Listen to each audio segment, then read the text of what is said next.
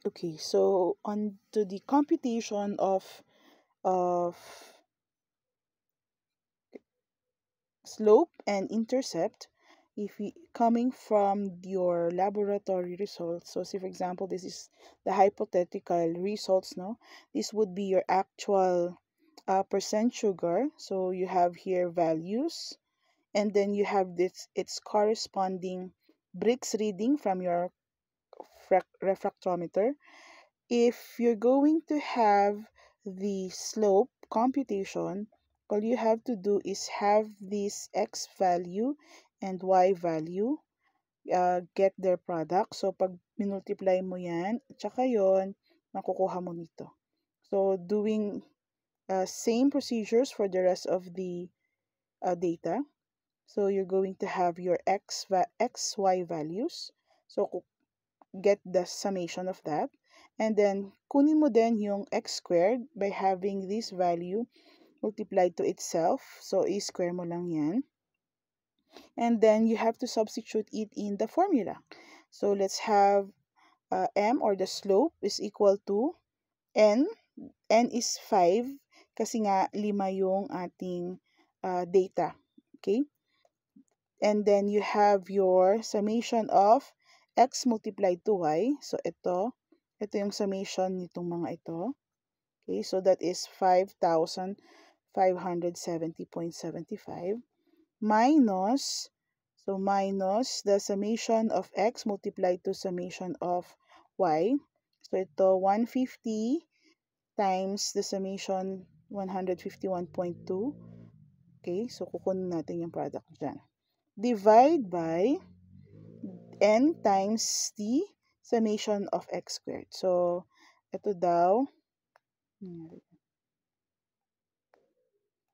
okay, so the summation of x squared, so n is 5 again, and summation of x squared is 5,548.74 minus the summation of x squared. Okay, so this one, 150, is squared down natin. Okay, doing the mathematical operations, you're going to have 1.009, hypothetical. So, ganito rin yung procedure na gagawin nyo sa inyong data. Now, in the computation of the intercept, the b, okay, so ang formula naman natin is, since the linear equation is y is equal to mx plus b, where m is equal to the slope and b is the intercept, the computation of b would now become, so b is equal to the average of y minus mx bar, or the average of x. So the computation of average, you just have to get the summation of x divided by the number, or which is 5, no? So 150.8 divided by 5, that is 30.16. And the summation of y, 151.2, divide by 5 again, kasi 5 sila. So you have 30.24. Substitute the value from m a while ago. So makukuha natin, the y bar is 30.24. The x bar is 30.16, and the m value a while ago, so yan yung 1.0099. So doing the mathematical operation, you're going to have this intercept at negative 0.02185. Okay, on the interpretation of this, itong slope natin since positive, so ang trend niyan pa, yun yung increasing. Sabi natin last time that if the slope is negative, ang trend naman niya ay decreasing. Okay? So, for this slope intercept naman, this intercept value, itong negative 0.21, kapag i-extend mo daw itong iyong line na na-plot, mag-cross siya, ang intercept niya with the with the y-axis rather, is at negative 0.218. So, nandito siya sa baba. Okay? Now, paano natin gagamitin ang ating calibration curve? If we have here, so na-plot natin, no? This is the x value.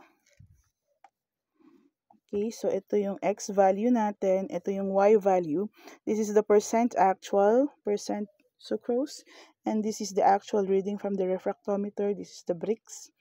Gagamitin natin ito into the estimation of the percent sugar of the beverage. So, if, say for example, hypothetical, yung beverage niyo would be at, is giving rather, giving, say for example, 20 bricks, no? 20. Okay, so, i-extend nyo lang daw dito horizontally. Then, kung ano yung natamaan nyo dito sa ating curve, i-project nyo pababa para malaman natin yung percent sugar. So, kung ano yung ma-intercept natin dito sa x-axis, then that would be your reading for the percent sucrose.